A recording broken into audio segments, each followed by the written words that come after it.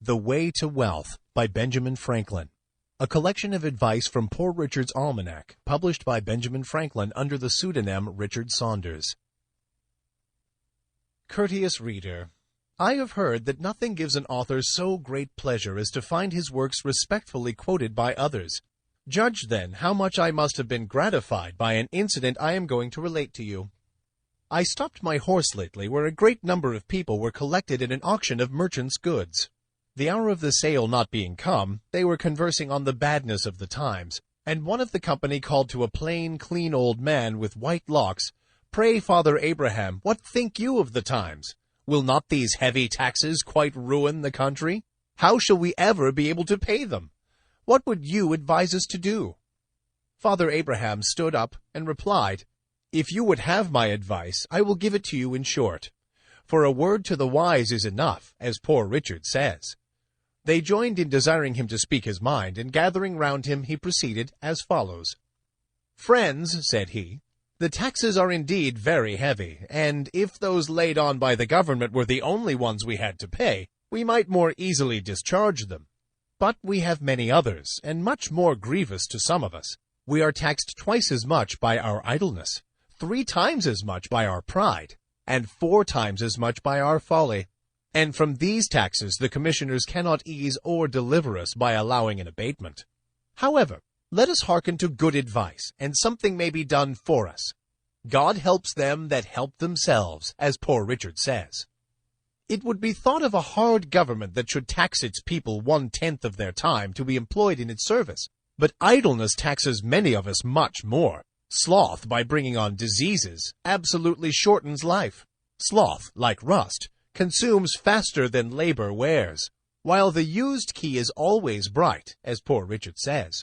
But dost thou love life? Then do not squander time, for that is the stuff life is made of, as Poor Richard says. How much more than is necessary do we spend in sleep, forgetting that the sleeping fox catches no poultry, and that there will be sleeping enough in the grave, as Poor Richard says.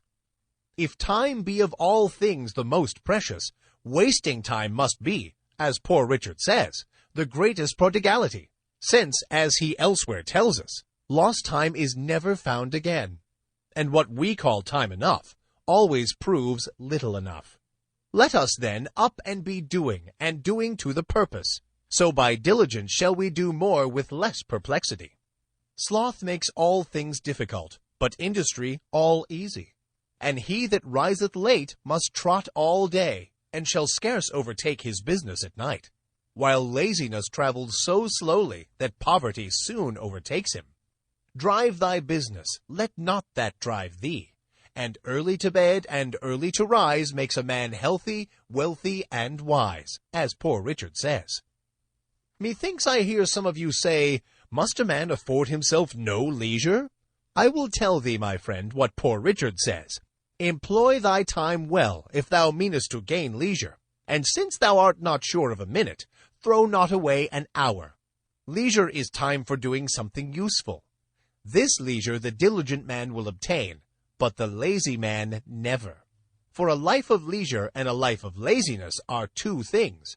Many, without labor, would live by their wits only, but they break for want of stock, whereas industry gives comfort and plenty and respect. Fly pleasures, and they will follow you. The diligent spinner has a large shift, and now I have a sheep and a cow, everybody bids me good morrow. But with our industry we must likewise be steady, settled, and careful, and oversee our own affairs with our own eye, and not too much to others. For, as Poor Richard says, I never saw an oft-removed tree, nor an oft-removed family, that throve so well as those that settled be. And again, 3 removes are as bad as a fire. And again, keep thy shop, and thy shop will keep thee. And again, if you would have your business done, go. If not, send.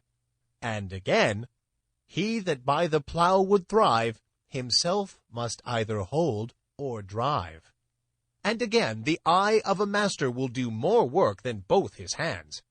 And again, want of care does us more damage than want of knowledge.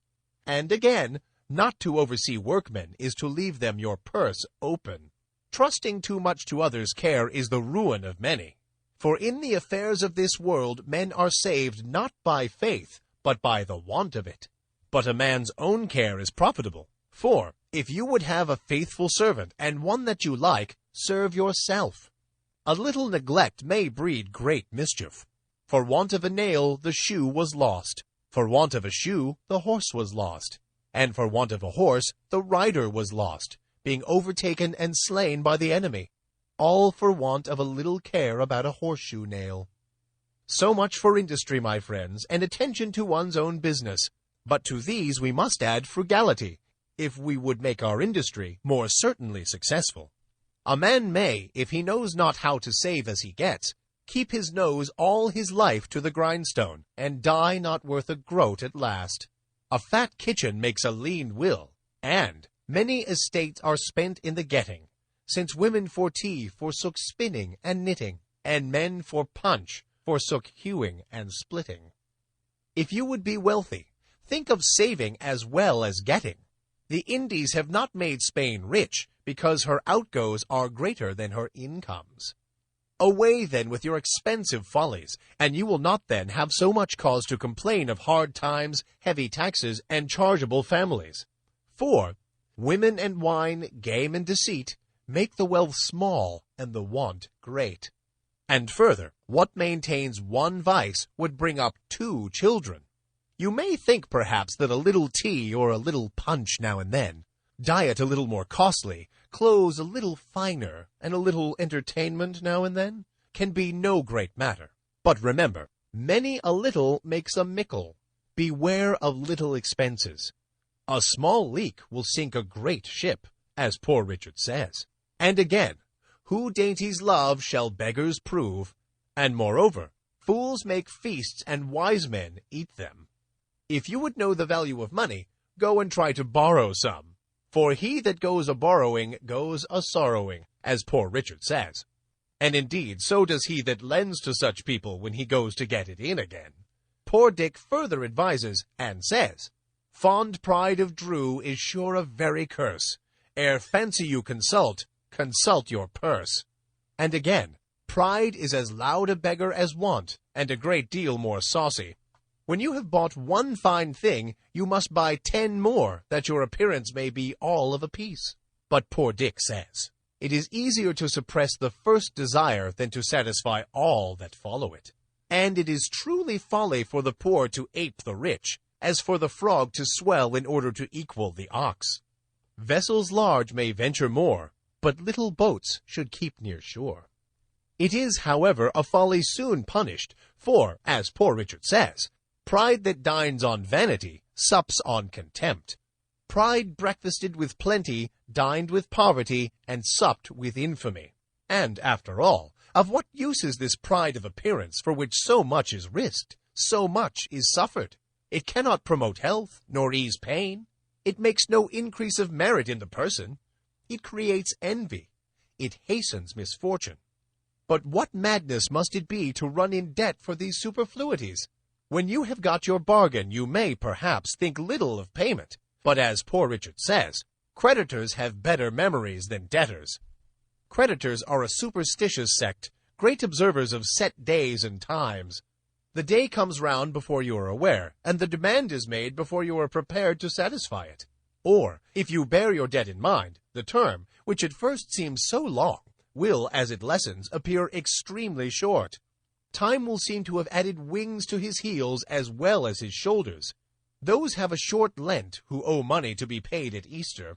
At present, perhaps, you may think yourselves in thriving circumstances, and that you can bear a little extravagance without injury. But, for age and want save while you may, no morning sun lasts a whole day. Gain may be temporary and uncertain, but ever while you live, expense is constant and certain. And it is easier to build 2 chimneys than to keep 1 in fuel, as poor Richard says.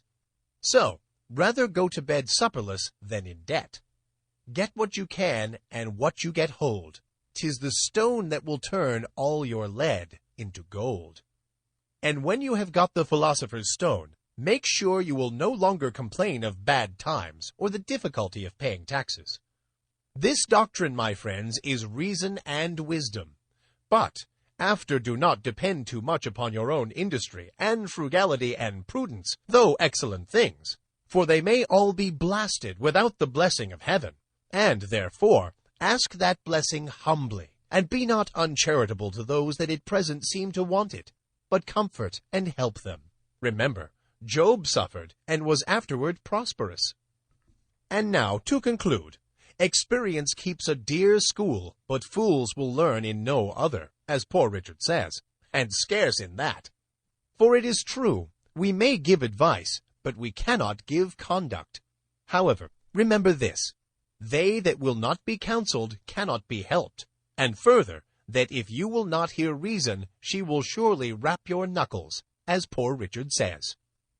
Thus the old gentleman ended his harangue. The people heard it and approved the doctrine, and immediately practiced the contrary, just as if it had been a common sermon. For the auction opened, and they began to buy extravagantly. I found the good man had thoroughly studied my almanacs, and digested all I had dropped on these topics during the course of 25 years. The frequent mention he made of me must have tired anyone else, but my vanity was wonderfully delighted with it, though I was conscious that not a 10th part of the wisdom was my own, which he ascribed to me, but rather the gleanings that I had made of the sense of all ages and nations. However, I resolved to be the better for the echo of it, and though I had at first determined to buy stuff for a new coat, I went away resolved to wear my old one a little longer. Reader, if thou wilt do the same, thy profit will be as great as mine. I am, as ever, thine to serve thee, Richard Saunders, July 7th, 1757. The End.